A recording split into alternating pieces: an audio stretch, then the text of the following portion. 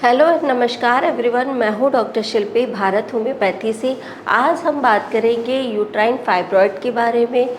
Uterine fibroid होता क्या है और इसके कॉजेज़ क्या देखने को मिलते हैं और इसके सिम्टम्स के बारे में डिस्कस करेंगे। यूट्राइन फाइब्रॉइड, इसको हम रसौली के नाम से भी जानते हैं।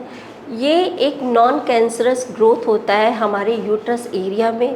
जो हमारे सेल्स और टिश्यूज़ होते हैं उसका प्रोलिफरेशन हो जाता है और मास जो है इकट्ठा होके वो ग्रोथ एक डेवलप कर जाता है हमारे यूट्राइन कैविटी या फिर हमारे यूट्रस एरिया में। ये बेसिकली उन महिलाओं में देखने को मिलता है जिसका एज 30 से 40 अगर उनका एज है तो उनमें ज़्यादा देखने को मिलता है। अब हम बात करेंगे इनके लक्षणों के बारे में। तो पहला लक्षण जो होता है वो होता है इर्रेगुलर मेंसेस। कुछ महिलाओं को जो पीरियड्स होते हैं वो टाइम पे आता है, कुछ महिलाओं के पीरियड्स जो होते हैं वो डिले हो जाते हैं और कुछ महिलाओं को पीरियड्स जो होते हैं वो हैवी ब्लीडिंग भी इस यूट्राइन फाइब्रॉइड में देखने को मिलता है। कुछ लोगों को जो ब्लीडिंग होती है वो बिल्कुल कम होती है।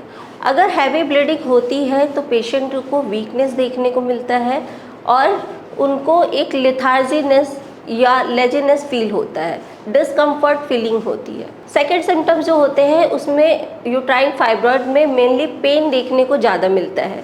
पेन जो होता है वो आपके पेल्विक एरिया में या फिर लोअर बैक में या फिर आपके थाई में पेन देखने को मिलता है। पेशेंट जो होता है डिस्कम्फर्ट फील करता है। थर्ड सिम्टम्स जो होते हैं इसमें फ्रिक्वेंट यूरिनेशन होता है।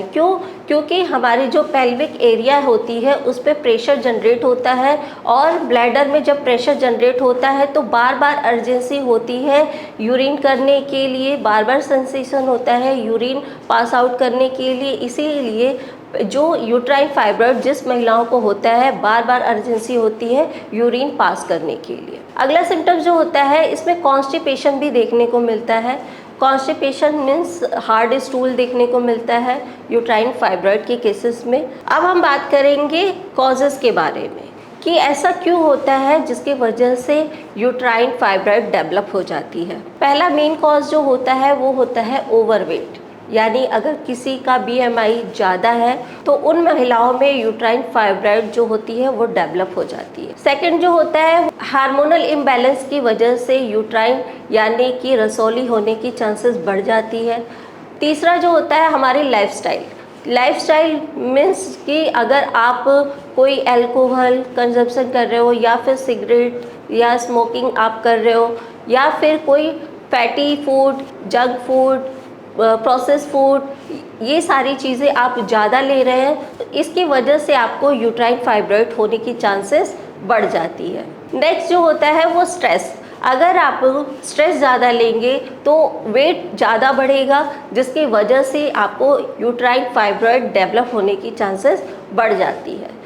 और विटामिन D की अगर कमी है तो यूट्राइन फाइब्रॉइड होने की चांसेस बढ़ जाती है। नेक्स्ट जो कॉज होता है वो जेनेटिक होता है। अगर आपके मम्मी को, सिस्टर को यूट्राइन फाइब्रॉइड के केस है तो आपको भी ये सिम्टम्स देखने को मिलते हैं। आई होप आपको ये वीडियो समझ में आया होगा। अगर आप यूट्राइन फाइब्रॉइड से सफ़र कर रहे हैं तो आप भारत होम्योपैथी में डायरेक्ट कंसल्ट कर सकते हैं। हमारी भारत होम्योपैथी की मेडिकल टीम आपके यूट्राइन फाइब्रॉइड या फीमेल कंप्लेन से रिलेटेड अगर कोई भी क्वेरी हो या फिर कोई दिक्कत परेशानी हो तो आप डायरेक्ट OPD में आके अपना ट्रीटमेंट स्टार्ट कर सकते हैं। नमस्कार।